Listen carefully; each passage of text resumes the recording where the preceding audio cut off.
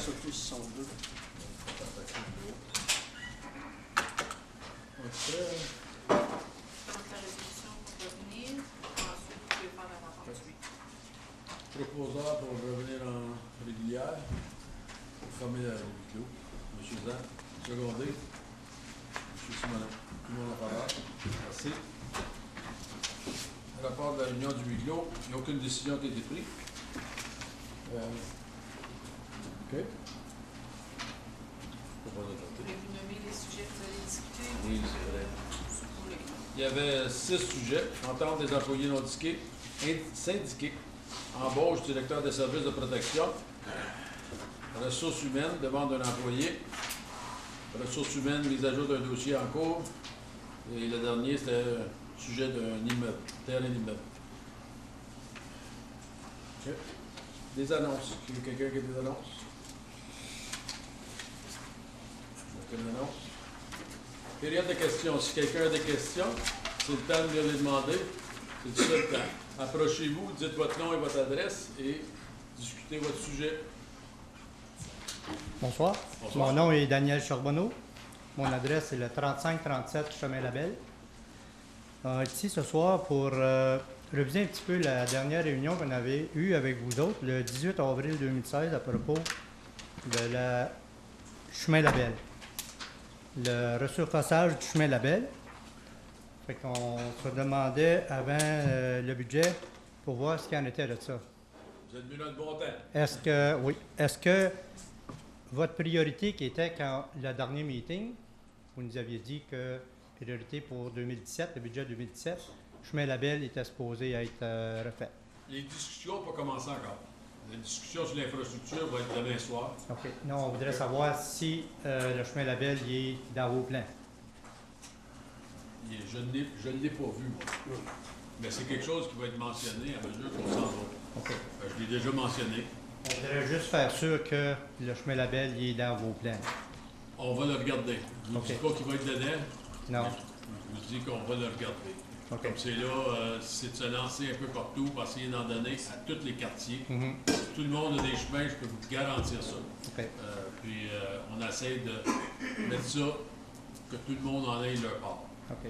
C'est demain soir qu'on discute le budget d'infrastructure. OK. C'est parce que... C'est public aussi, vous pouvez venir si vous voulez demain soir. Oui, OK. C'est parce que vous aviez dit le chemin La Bouvier. Cette année, c'était le budget du chemin Bouvier pour faire l'asphalte. L'année prochaine, il n'y avait rien de prévu. Et puis que le chemin Labelle était, disons, Il faut comprendre la que première. Bouvier, on a fait dans les coins de jusqu'à Russell Road. C'est ça, oui. Cette année-là, il reste dans le coin de Clarence Creek, juste de baseline à Vinelle. Fait que ça, c'est l'autre section, il faut qu'il soit fait. Puis, de cette manière-là, Bouvier va être fait de Russell Road jusqu'à baseline.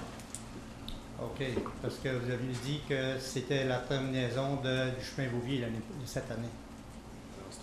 Au dernier meeting. Cette année, on faisait un secteur dans un quartier, puis l'autre quartier, qui est le quartier de M. Lalonde, se faisait cette année. Parce qu'il n'y a pas grand-chose qui était fait dans le quartier de M. Lalonde l'année passée. OK. Fait que, c'est quelque chose, mais comme je vous dis, c'est quelque chose qui va être considéré. S'il y a des manières qu'on est capable de sauver, de mettre une partie, tout même pas tout le faire, mais d'en faire une partie, on va essayer. Oui, c'est ça. La partie qui est pire, au moins. Là. Oui. Fait que, Oui. c'est ça, on aimerait ça. Fait que, comme je vous dis, vous pouvez venir demain soir. Oui. Vous allez voir, ça va être le budget de l'infrastructure. C'est OK. là qu'on va en discuter. OK, parfait. OK? Merci beaucoup. Merci, monsieur.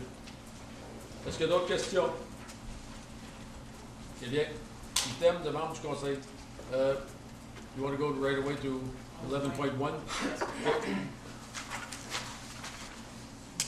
Règlement proposé visant à autoriser un emprunt par l'émission de débentures pour un montant de 4,691 978 et 53 sous envers le coût de divers projets. Qu'il soit résolu que le règlement numéro 2016-155 étant un règlement visant à autoriser un emprunt par l'émission de débentures pour un montant de 4 691 978,53 sous envers le coût de divers projets soit adopté.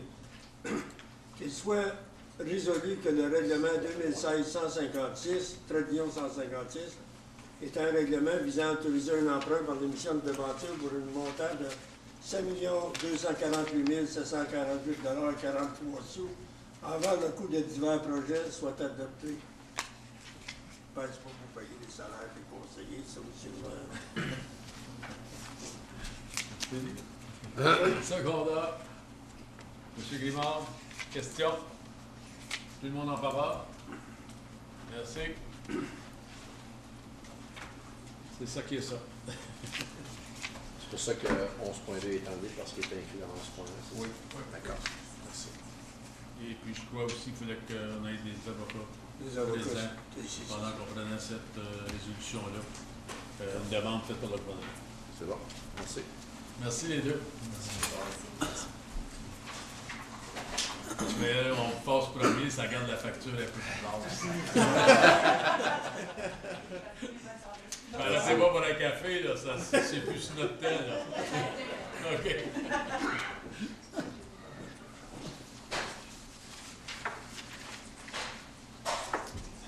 Thème de membre de conseil. Résolution de membre présentée par Marie Desjardins au sujet de la foire d'emploi 2017. Comme vous vous rappelez, l'année passée, on n'avait pas contribué. La foire d'emploi cette année est à Rockland, on a discuté l'autre jour. La seule petite affaire que je voudrais mettre, c'est qu'on va donner 1850, un chèque de 1850 comme donation pour notre part et un chèque de 150 $ pour payer pour notre table. L'Espagnol, on n'a pas besoin de payer plus que 2000 $ pour le tout. Une entente qu'on était d'accord. Oui. Juste clarifier, quand on parle de table, c'est comme un kiosque. C'est un kiosque, oui, C'est pas une banquette. Je laisse Mme Charlebois nous donner la description. Je ne suis pas 100% certaine, là, parce que ce serait ma première année, mais c'est un kiosque. C'est un endroit où nous autres, on peut emmener nos choses et puis rencontrer des gens. Je pense que vous vouliez mettre surtout garderie. Je pensais peut-être l'offrir à la garderie, mais on va voir qui a le besoin à ce point-là. Parce que c'est seulement qu'au mois d'avril, je crois. Oui. là, donc. Oui. C'est une table de marketing. Oui. C'est ça. Oui. Soit résolu que le conseil municipal accepte de contribuer un montant de 2000 $ du fonds de contingence dans le cadre de la foire de l'emploi 2017 du Centre des services à l'emploi de Prescott et Russell. Secondé. M. Lalonde. Tout le monde en faveur? Merci. 9.2, demande de financement. M. Lalonde, allez-y. J'ai pas de résolution d'écrite, rien de ça, mais l'histoire, c'est que l'Association du hockey mineur du canton de Clarence s'est fait demander par le district 3, qui est basically quasiment tout l'Est de l'Ontario, d'être les hôtes cette année pour le All-Star Game pour toutes les catégories de hockey mineur. Donc, ça part de novice débutant jusqu'à Pee-wee, Bantam, Midget. Donc, c'est le 21 janvier, je crois, à l'Arena à Clarence ici. Puis, toute l'organisation se fait par des groupes de bénévoles qui proviennent de l'Association du hockey mineur. Toutes les dépenses encourues, le revenu, tout ça, c'est tout géré à l'interne par l'association. Puis, ils ont demandé de l'aide pour faire l'événement un succès. À chaque année, les équipes hésitent avant d'être les hôtes de cet événement-là parce que justement, tu ne fais pas d'argent avec ça. Tout est redonné dans l'événement pour que les jeunes aient une journée qui est mémorable. Donc, on a un budget qu'on avait alloué en 2016 de 5 000 $ pour des événements spéciaux qui étaient liés à des événements sportifs comme ça. Il nous reste une somme d'à peu près 2 500 $ du 5 000. Puis il n'y a pas d'événement de prévu d'ici à la fin décembre de cette année. Donc, ce que j'aimerais voir, c'est voir si le conseil serait prêt à donner les 10 heures nécessaires à l'événement, parce que c'est 10 heures de temps de glace à 200 $ de l'heure, parce que c'est le prix qu'on chargerait normalement. Donc, une contribution de 2 000 $ à l'événement. Donc, ça, on représente ici tous les jeunes du hockey mineur de tout le district 3 au complet. Excusez-moi, secondaire. Secondé. M. Lalonde, question.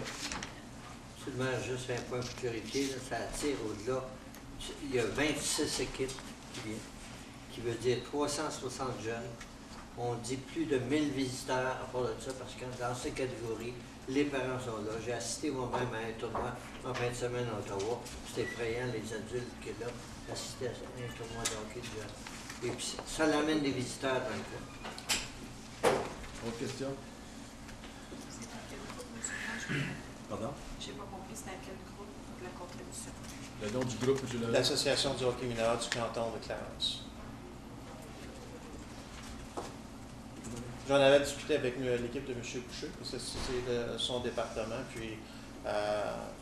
Boucher dit que pour les prochaines contributions qu'on va faire avec les libérations du budget, son département va écrire une politique qui est vraiment claire sur comment est-ce qu'on va distribuer ces sommes-là. On n'a pas eu la chance encore de faire ce travail-là, mais c'est sur des choses qui devront être faites pour 2017. Alors, tout le monde en parle? Merci. Merci. Item par consentement. Est-ce qu'il y a des items que vous voulez sortir? Alors, j'ai besoin de quelqu'un pour lire la résolution. Tu l'as là? Qu'il soit résolu, je lis tout complet. Oui. Qu'il soit résolu que les items suivants, tels identifiés sur la rubrique items par consentement à l'heure du jour de la réunion régulière du 21 novembre 2016, soient adoptés. 10.1. Adoption des procès-verbaux de la réunion suivante. A. Procès-verbal de la réunion régulière du Conseil municipal du 7 novembre 2016. B. Procès-verbal de la réunion du comité plénier du 7 novembre 2016. 10.2. Réception des procès-verbaux des réunions suivantes. A. Procès-verbaux de la réunion du comité consultatif en environnement du 24 mai 2016. B. Procès-verbal de la réunion du Conseil de la bibliothèque publique de Clarence-Rockland du 20 septembre 2016. 10.3. Les recommandations suivantes du comité plénier du 7 novembre 2016. A. Pour autoriser une réduction de la lettre de crédit de M. Yvon Lepage par 70 000 $. B. Pour autoriser la décontamination et la démolition des édifices situés au 1536, 1508 rue Laurier, Rockland. Pour établir un comité pour faire la révision des politiques de ressources humaines. Pour autoriser le transfert des fonds de réserve pour les travaux d'urgence au complexe récréatif et culturel, pour autoriser une étude pour établir un dépotoir à neige au sein du parc industriel, pour autoriser les dépenses pour les travaux d'urgence complétés pour la réparation d'un tuyau d'égout. Secondaire. M. Grimard, question? Non? Tout le monde en parle. Merci. On va à 11.3. Règlement proposé pour modifier les heures d'ouverture des commerces suite à une demande reçue.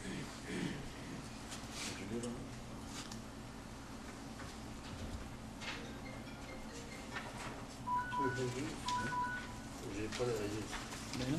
Il soit résolu que le comité plénier recommande au conseil municipal d'adopter le règlement 2016-159, étant un règlement pour amender le règlement 2007-123 portant sur les heures d'ouverture des commerces. Selon-là, Suzanne, c'est une demande qui a été faite par Walmart pour ouvrir à 6 heures à la place de 7 heures. Donc, on le fait pour tout le monde. Ça va être surtout pour le Black Friday, Boxing Day. Question? Tout le monde en parle? Merci. 12.1, le règlement 2016-157 est un règlement pour modifier et prolonger une entente de Roger C'est C'est un tout par consentement, consentement, excusez. Est-ce qu'il y a quelque chose que vous voulez sortir? Ben, La 12. Madame Collier, can I ask you a question? 12.7, étant donné que we still haven't figured out, should we take it away from there? Remove. OK. Est-ce qu'il y a quelque chose sur les autres, de 12.1 à 12.6? 12.6, M. le maire. 12.6. Pouvez-vous lire la résolution pour les autres, M. Lalande? Certainement. Une petite seconde.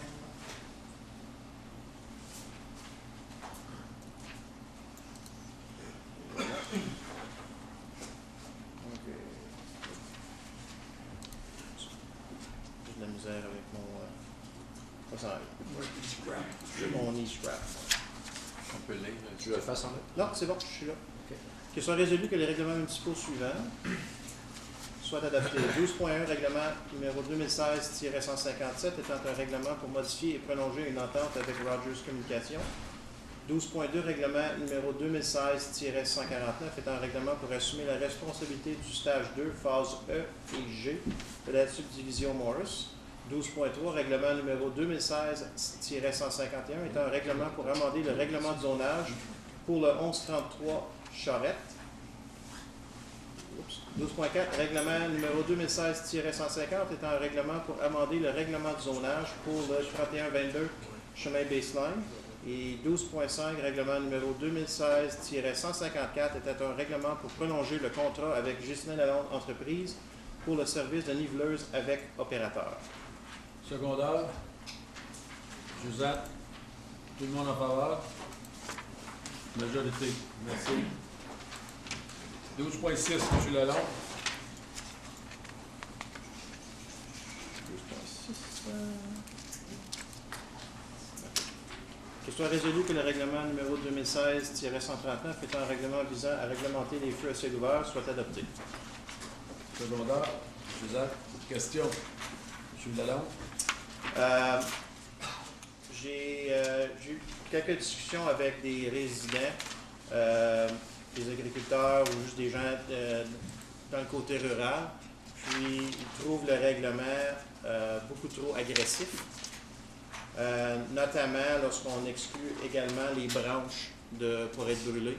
Les gens sont d'accord avec le principe pour les troncs d'arbres, puis les souches, tout ça. C'est ça qui va générer le plus de boucan, si on peut dire. Mais dans le milieu rural, c'est quand même assez commun qu'on procède avec le brûlement des branches, des choses comme ça, ce qui produit beaucoup moins de boucan puis qui brûle plus facilement. Donc, moi, ma recommandation, c'est d'enlever cette composante-là du règlement complètement. Les branches seulement. Les branches. Oui, les parties d'arbres. C'est ça. D'abord qu'on regarde, j'étais d'accord la dernière fois aussi, moi, c'est une des choses, c'est les troncs d'arbres et les racines. C'est ça que c'est humide encore. Ça prend beaucoup plus de temps à sécher. C'est pour ça que ça devrait être mis de côté et pas brûler en même temps que les branches. Allez-y, M. Lalonde. L'autre jour, j'ai une question pour M. Villeneuve. On a eu un échange de courriel cette semaine, peut-être même aujourd'hui ou ou hier quand vous avez répondu. Vous avez mentionné que le règlement, dans votre courriel, ça dit que ça s'appliquerait à l'entièreté de la cité pour l'objection de faire les feux comme tel avec le woodlands, avec la distance minimale du 1000 pieds, je pense. Exact, oui. Par contre, le règlement semble indiquer plus que c'est plus pour la partie urbaine à Rockland. Donc, y a-t-il quelque chose que je n'ai pas catché dans le... Parce qu'on parle d'un appendice A, je crois, dans le règlement. Puis l'appendice A est strictement la zone urbaine de Rockland. Exact, oui. Donc, c'est juste un malentendu, puis ça l'exclut. Parce qu'on s'entend là, que si le règlement s'applique de la même façon dans le rural que dans l'urbain, à moins que tu aies une terre de 25 acres, avec aucun bois alentour de chez vous, bien, en entrant en asphalte, tu ne pourras jamais faire de feu, même si tu es un permis. Monsieur le maire, comme j'ai indiqué dans le courriel aujourd'hui, cette partie-là du règlement n'a pas changé de l'ancien règlement. Donc, le 300 mètres de zone boisée est le même qu'avant. Puis ça s'applique à l'entité de la municipalité. Donc, autant l'urbain que le rural. La seule chose qui a changé dans cette section-là, c'est la définition de woodlands, qui était pas qui faisait pas référence à la bonne loi auparavant. On l'a référé au Forestry Act, qui donne des dimensions qui considère un woodland. Donc, la première chose à déterminer pour le propriétaire de terrain, c'est est-ce que ça rencontre la définition de terrain boisé ou non. Puis là, ça dépend de la quantité d'arbres à l'hectare. On s'entend que 1000 pieds d'un woodlands, il n'y a pas grande propriété dans le rural qui correspond à ça. Là. Il y a peut-être monsieur le maire, là, mais à part de lui, il n'y a pas grand monde qui est à 1000 pieds d'une forêt pour être capable de...